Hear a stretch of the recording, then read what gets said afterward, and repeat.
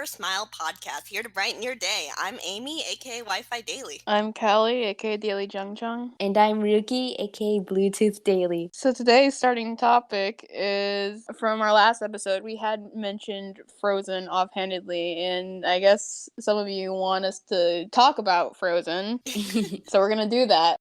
Yeah, it's been like a week-ish, a little bit more than a week since it's come out. Frozen 2, that is. Whoever wanted to see it probably has seen it for now. If not, then skip ahead a few minutes, I guess. I do know... Elsa dies. I mean... I'm not wrong. You're not... I was gonna say, Ruki also hasn't seen Frozen in general. Right? Like, you haven't seen the first one or the second one? Yeah, I've seen neither, so... Are you going to have any clue whatsoever what we're talking about? I'm sure from the massive hype both movies had, they have some kind of concept of what it is. I have an idea of what it is, but I actually don't really know much of the actual plot, so... But I don't mind spoilers either, so I mean... Okay, well... Elsa fucking dies. Elsa dies. Olaf becomes the new king of Arendelle. But Olaf also dies. Yeah, like twice, doesn't he? Twice? Was it twice? No, it's just once. In the first movie, he died. I guess they always have to kill off Olaf. If there's gonna be a third Frozen, they're definitely gonna kill him off again. But maybe this time it's permanent. Because, like, didn't he melt in the first movie, just like in the second one? Yeah, towards the end, and then Elsa brought him back to life. Olaf is the snowman. Yeah, no, not an actual person. Elsa doesn't, like, do some necromancy shit. He's just a snowman. Made out of her magic. She doesn't do any demonic cultivation. No. Elsa as a demonic cultivator. Why'd you do it, Elsa? Why'd you go into demonic cultivation? I had to make my power grow stronger. Wei Wuxian swinging, let it go. Let it go. Let his golden core go, because it's not a part of him anymore. I remember I was listening to the outtake soundtracks. I remember the first movie had an outtake that Anna was singing all about I'm more than just a spare, and then I guess that came into play in this movie, and I was like pretty proud of her. Like, she's taking on this leadership and she's being fierce, and she was really cool. I love Anna so much. What's your opinion on, like, Frozen 2? Like, do you think it's better than the first one? Do you think they're both equally good in their rights? Like, did Frozen 2 answer some unanswered questions from the first one? Yeah, I feel like Frozen 2 answered some unanswered questions, like, is there any other person with powers like Elsa? And the answer to that was no. Yeah, they didn't really explain how Elsa got her powers in the first one. It's just she was just suddenly a person with magic, and then in the second one, it kind of clears that up a little bit, just a little bit. I mean, I did like how in Frozen 1 it wasn't explained. Like, it was just this thing that Elsa didn't know how to deal with, and she was raised by fear, and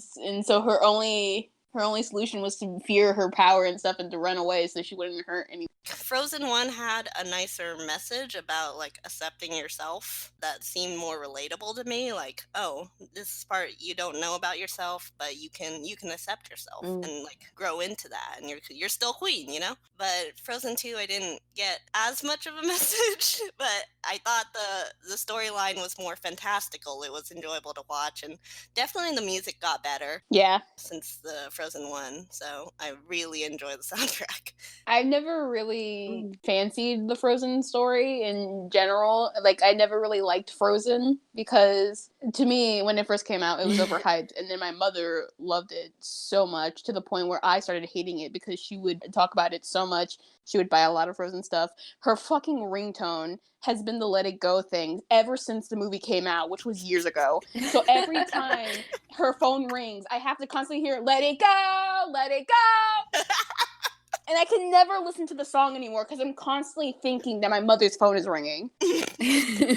Frozen 2, I like a lot more than the first one. Mm-hmm. Like, there's nothing really big on why I like it. I just like it a lot better. The music's better. The quality's better. Just, I guess the kind of overall story that they played in the movie is better to me. I don't know. I just liked it a lot better. And now I can annoy my mom with Into the Unknown as payback. As a movie itself, it's pretty enjoyable. It's not like my number one favorite, but I really like it a lot, and I don't think there's anything too wrong with it. I will admit, like, I do like the story of Frozen, and like both the first and the second movie, but like I just don't like it to the point where I'm gonna hype it a lot. Like, the songs are kind of nice, and I do kind of like Let It Go, but like, it's kind of dead for me. Into the Unknown, though, fucking slaps. Especially the one sung by Panic at the Disco, just massive. Oh yeah, holy crap, that was so good. I was kind of shocked when the credits rolled and Panic at the Disco was playing. Yeah, I was like, Brendan Urie? I actually haven't listened to any of the Frozen 2 music yet, so I will play it on my art stream for you, so you have to listen to it. Yeah, you'll be forced. There's no choice. I also want to mention that the animation was really, really beautiful. Like, the water physics in Frozen 2 were so stunning. I think that's what drew most people in, the trailer of Elsa running to the sea. Yeah, like when the trailer first came out, when I remember it was completely different from like how the first movie was just like happy friendly. But then you see Elsa fucking chucking herself into an ocean. You're just like, what the fuck is happening? They obviously figured out water physics. Like, they probably have a new engine just for like water physics. The detail on the clothing, the environment, just everything. Like, the quality of the animation was so beautiful, and I'm just like, oh my god. And like the sequences of the songs seem to flow much better into the storyline. Flew. Look, I woke up 30 minutes ago.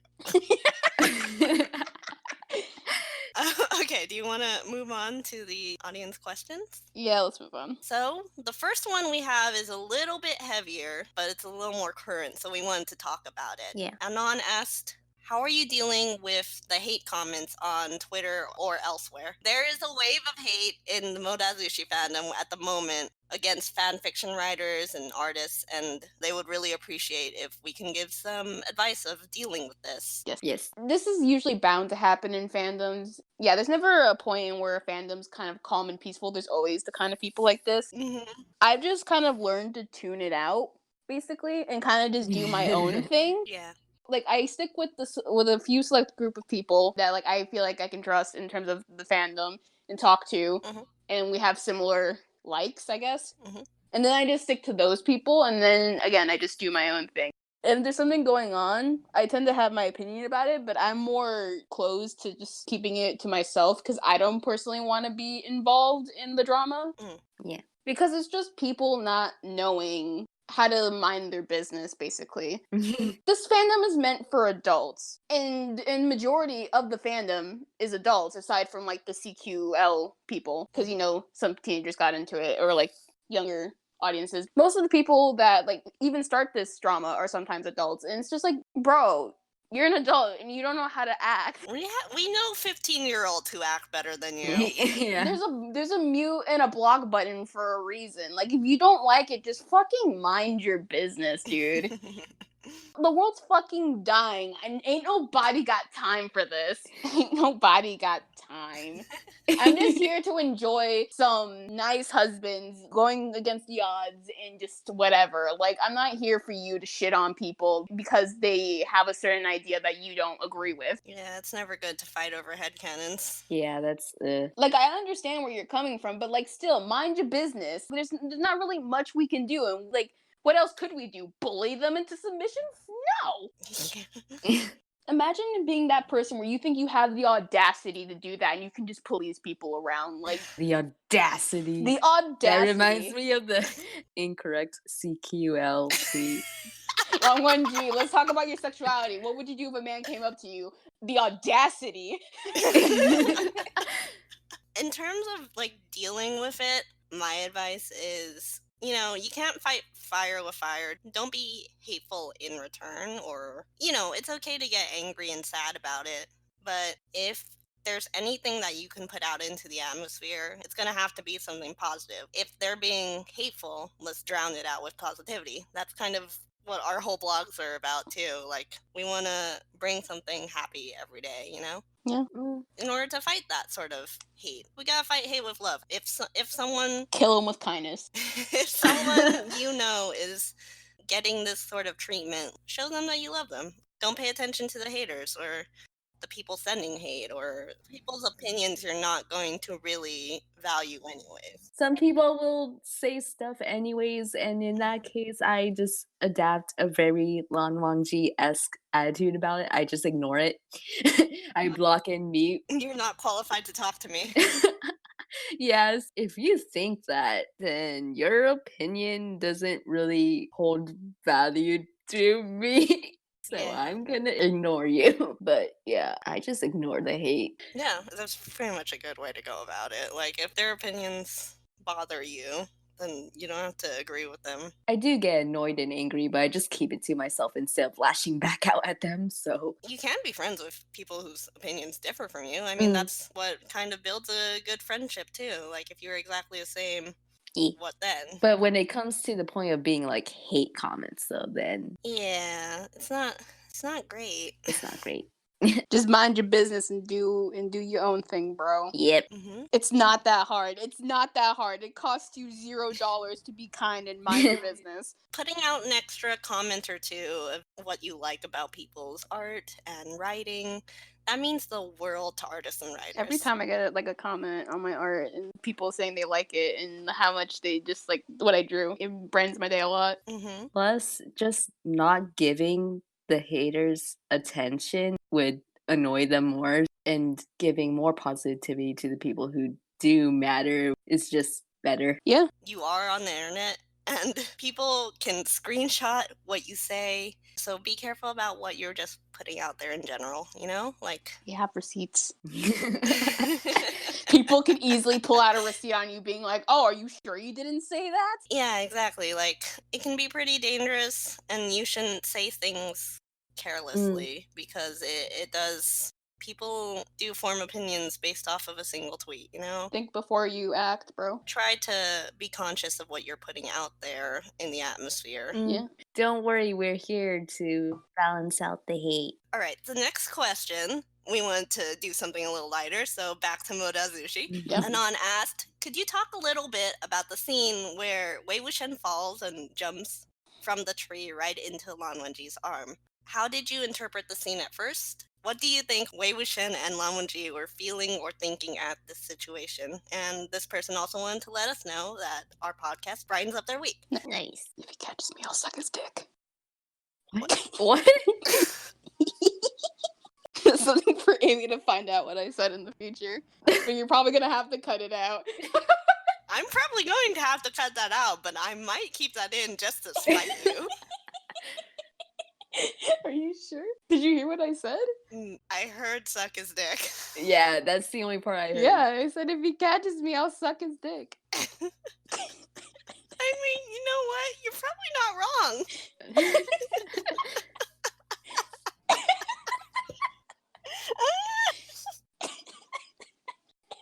You okay there? What was the question again? Okay, so I think everyone remembers the scene, but just for a brief review, they went to Lotus Pier after the siege, the second siege on the burial mounds, and Wei Wuxian decided to break off from the crowd with Lan Wenzhi and go on a little bit of a Yunmeng date, Yeah. showing him his favorite places, his home, because he's never gotten to show him his home before. Then he went to his favorite tree when he was little, and he would always go up there and hide when he was feeling bad. And that was the tree that his older sister also found him in. She did. Yeah, she did. He was reminiscing about that, and then he saw Lan Wenzhi below him, and then decided, hey, you know what? You know what would be great if I jumped out of this tree? It's more of like his thought process was that he was like looking back and how he was thinking most times in his life he always fell and hit the ground and how it would hurt, but he had to deal with it. But now that he has someone that's been catching him and is willing to catch him and is wanting to stay with him. So when he looks from the tree, he sees Lan Wenzhi looking up at him, like kind of worried in case he might slip. So he's just like, I've fallen and I've hit the floor before, but it feels nice when someone catches me, and I hope he wants to catch me, so he fucking yeets himself off the tree. Maybe even he's realizing in that moment Lan Wenzhi has always been, metaphorically too, if he's been up in the tree, kind of distant Lan Wonji has always been looking up at him, ready to catch him if he fell, like from grace or from demonic cultivation and stuff. He was Or always literally. there. Or literally even, like he's big and strong. Lan Wonji has always been there, and He's always been there. yeah. So I imagine that Wei Wuxian, what he was first feeling, he was, he's being reminiscent. That's the word. Mhm. He's being Yes. reminiscent, and he's just like, he's realizing that he's like has someone with him. So of course, as he's throwing himself off the tree, it's kind of just like, if he catches me, I'll be the happiest I'll ever be. Mhm. I have someone with me. I was never alone. But Long Wan Ji, on the other hand, is like, why the fuck is he eating himself off the tree? Wei Wuxian, you dumbass! He's calm and collected, but in the inside, he's like, oh fuck, oh fuck, oh fuck. I think also since like throughout the whole of the novel, he had believed that, Lan Wonji was only putting up with him. Yeah. So when he realizes that Lan Wonji has been following him through his trip down memory lane and not even like putting up a little bit of fight, maybe he's just. I always thought that when he said, if he catches me, I'll. And I kind of filled that in with, I'll know that he'll always be there. When I read that sentence, I just read it as, if he catches me, I don't know what I'll do, but I know I'll love this man to death. That's what I took it as. Yeah. Yeah, basically, that's what I thought too. Because I'm just like, what the fuck are you gonna do if he catches you? What if he did? Fucking dumbass. I just imagine that like Lan Wonji was just looking up at him in the tree, and he was just like, "Is he gonna? Oh my god, he's gonna! Ah!" Can we talk about real quick that Jung-chun fucking witnessed? Jung-chun was just watching this the whole time. He was just like, what the fuck? Jung-chun is like, And what? then they hug for like half an hour, and he's watching the whole time. What were you doing, Jung-chun? Like, I could understand if you stumbled upon it, but why the fuck did you stay and watch? I feel like Jung-chun was trying to work up the courage to give Chen-Ching back to Wei Wuxian at that time because they were in Lotus Pier. And he He stumbled upon a gay moment is what he did. he stumbled upon this and just got angry and said like, oh my god. Are you fucking I'm serious? trying to be heartfelt, and you're hugging this guy you hate? Like, That's come probably on. why he went apeshit in the one ancestor room. He's just like, motherfucker, you're over here being gay in front of my fucking family? How dare you? How dare you? The audacity of this bitch. The unwilling third wheel. He's just like, what the fuck, man? For the question, we were talking a lot about how Wei Wuxian feels, and we only briefly glanced over how Lan Wonji was feeling. I had a feeling that as he was following Wei Wuxian through, Lotus Pier, I feel like he was just kind of like, I have no idea what's going on actually, but I love this man in front of me. I'm just vibing. Long would you just vibing? He's just vibing. He's just vibing.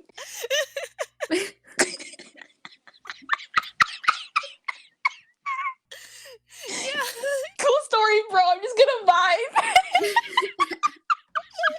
I definitely feel like in that moment he was like looking up at Wei Wuxian, kind of in love, and then realizing that he's about to jump off, and he's like, "Oh no! I have to catch him. I have to." Like there was no other question in his mind. His body probably even moved instinctually just to be there for Wei Wuxian. It would have been funny if Wei Wuxian either had his old body or Mo Jianyu's body also didn't have a core, because he can just be like, this bitch empty. Yeet!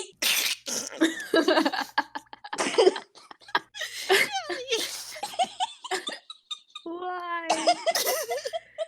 Listen, I think baseline is that Wei Wuxian likes to throw himself into danger, so Long Wenji would catch him, and Long Wenji just vibing.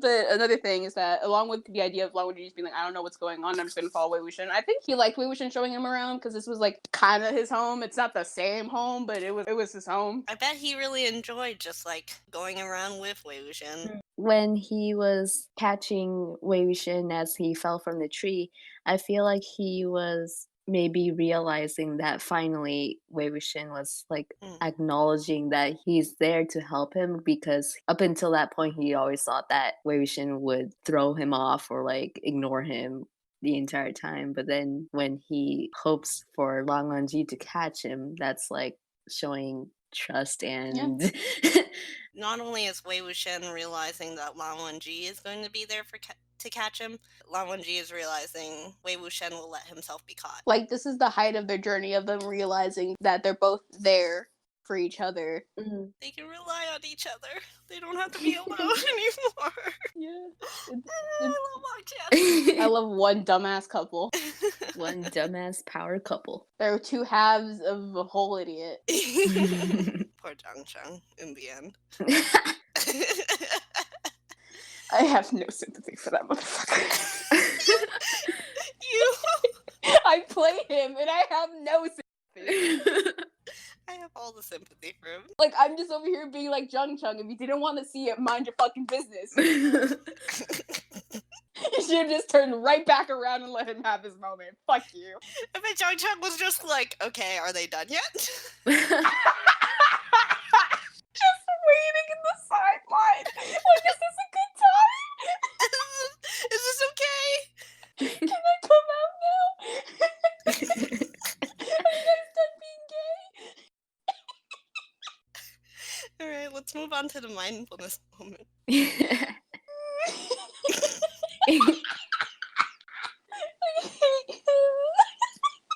No, you don't. I don't. Every time we do the mindfulness moment, I tell everyone to take a water break. Maybe I should start leaving that in the podcast. Water break, and you just hear me quietly losing my mind in the corner. Hydrate yourself. Well, I can't go out and get water because there are family members. Why don't you have water like on your desk or a water bottle? Because I've been in bed the entire time in my underwear. I didn't. Are you still in bed right now? No, I got changed already. Lang Wangji didn't need to hear that. You're at my mercy. You know this, right? Yeah, I know, and I already know you're gonna put me on blast. You think I care? People do it, Amy. They lay in bed in their underwear. So what? In winter, though? I mean, it's warm. Motherfuckers, the thing called a heater. Okay, let's take a water break, and Callie, please mute. Discrimination. You offered first. Fine, I'll mute too. One mindful moment goes a long way.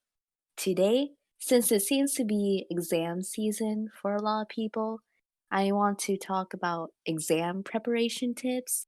To start off, for basic care tips, I just want to remind everyone that you should drink lots of water, snack on brain foods, so healthy stuff like fruits and nuts, take regular breaks, and get a good night's sleep before the exam day. For more study-oriented tips, it's a good idea to map out your testing schedule so that you can make sure that you give yourself enough time to study. Obviously, don't leave it for the last day before the exam.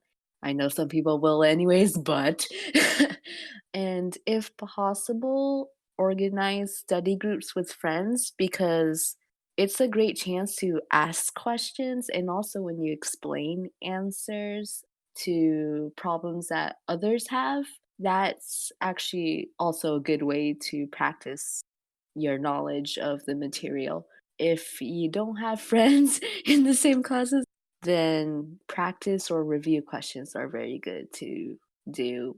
Practicing those over and over really gets you to use that knowledge actively instead of only reading. Try to avoid cramming or pulling all-nighters, because it's honestly better to get some good rest and retain what knowledge you have reviewed rather than jamming it all in the night before and then blanking out on the actual exam. So I would always prioritize getting proper sleep over pulling an all-nighter, even though I know a lot of people end up doing the latter anyways, but it's really better to just take care of yourself. So Good luck on your exams, and don't forget that you still need to take care of yourself. Yeah. Yay! That's all very good advice. Remember to get a good night's sleep. Sleep at those lawn hours if you must. Get your rest. All right, thank you for joining us for the 6th episode of Emperor Smile Podcast. If you Yay. have any questions that you want to send to us, we'll link them in the video description below. Send them to our curious cats. We did get some feedback on the Animal Crossing stream, and we decided we will do it. And we're going to put up a poll for the weekend of December 20th to 23rd, and you can vote on which day you would want us to stream it. I will put it up as a pinned tweet on Wi-Fi Daily. Yeah. We'll put up another poll for around what time we'll Yeah. stream, but I think we'll be streaming for about like 3-ish hours. I don't know. More or less. We can do like an hour in each person's village or something. Oh, yeah. I'm getting my town pretty because I know that we're gonna be doing it. Oh yeah, I wanna pretty up my town a little bit too. I'm not gonna bother. Ruki's town is a little bit of a death trap, and you will see what I mean. Yeah. Okay, so I will be putting up those polls on Wi-Fi Daily. Please be sure to vote on that if you want to have a say in when we're going to stream. That is the weekend before Christmas, so hopefully you guys will have time off so you can join us and come and chat. And the video will be uploaded afterwards anyway, so if you miss the actual like live stream, it should be fine, right? Yeah, I'll try to find a way to get it to YouTube Live. That way it'll just upload automatically from there. Yeah. If not, I'll save the video and edit it down. Is there anything else that we have to say? No. Be safe and wear your seatbelts. Thank you. Put some positive vibes into the atmosphere this week if you can. You know, send a compliment to your favorite artists and fanfic writers. We need that energy in the fandom after all. Yeah. And finally, thank you for sharing a laugh with us. Thank Thank you. you. Bye-bye. Bye-bye.